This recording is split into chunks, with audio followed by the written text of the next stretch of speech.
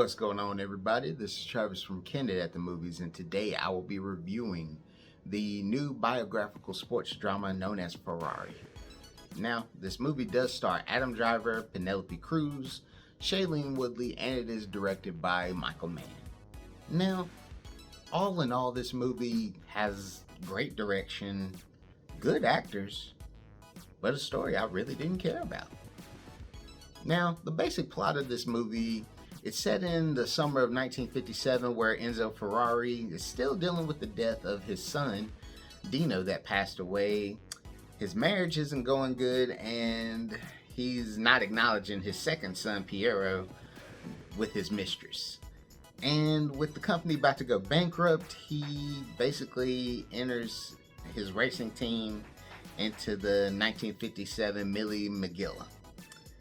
Now, honestly, I can definitely say this is a alright film, but it's not something that caught my eye because I didn't even really watch a trailer of this movie just because my interest wasn't there. The movies I was going to see, I think they may have shown the trailer like once, which is very odd, especially for this to be a movie that I know they're trying to push for Oscars. It was very weird marketing for this film. And like the only other big thing I saw about this film was someone calling Adam Driver ugly, which I don't know what that had to do with the movie, but you know, hey, that was about the most marketing I got on this film. And honestly, I feel like if this could have been marketed and presented better, I would have cared about this movie. Like, I like sports dramas, I like biopics, but this didn't pull me. Like, Ford versus Ferrari honestly pulled me a lot more, like 12 times more than this movie ever did.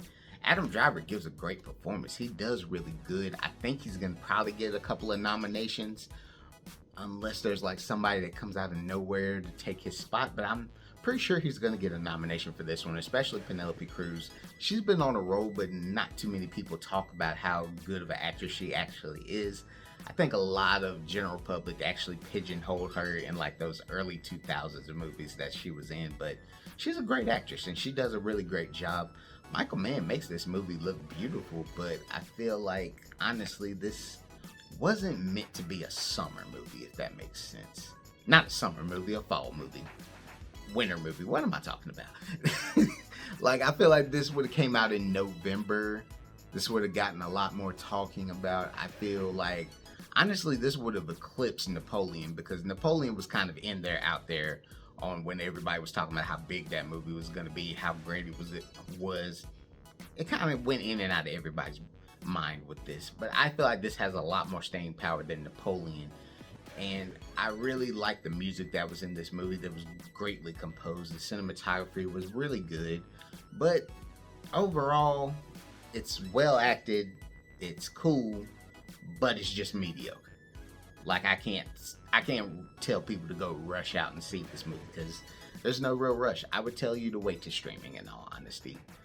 No disrespect to anybody, but the story is just quite slow, and even when it gets over to the hump of where you're supposed to be praising and happy about everything, after you've went through everything, you're just kind of like, okay, cool. Yeah, you're just like, it happened, all right, that's cool, let me go to the next movie.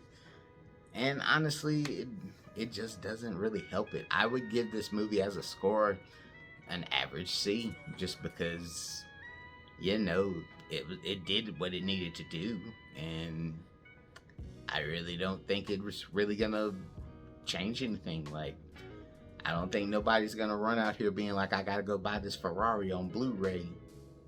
I think people would be more interested in test driving a Ferrari than actually sitting and watching a movie about how Ferrari got big.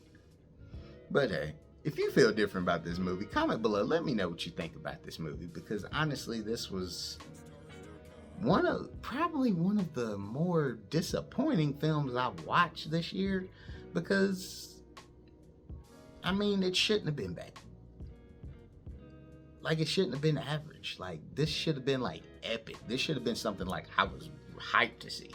I was not hyped to see this movie. I was more excited about Aquaman, and Aquaman looked horrible. That's a problem.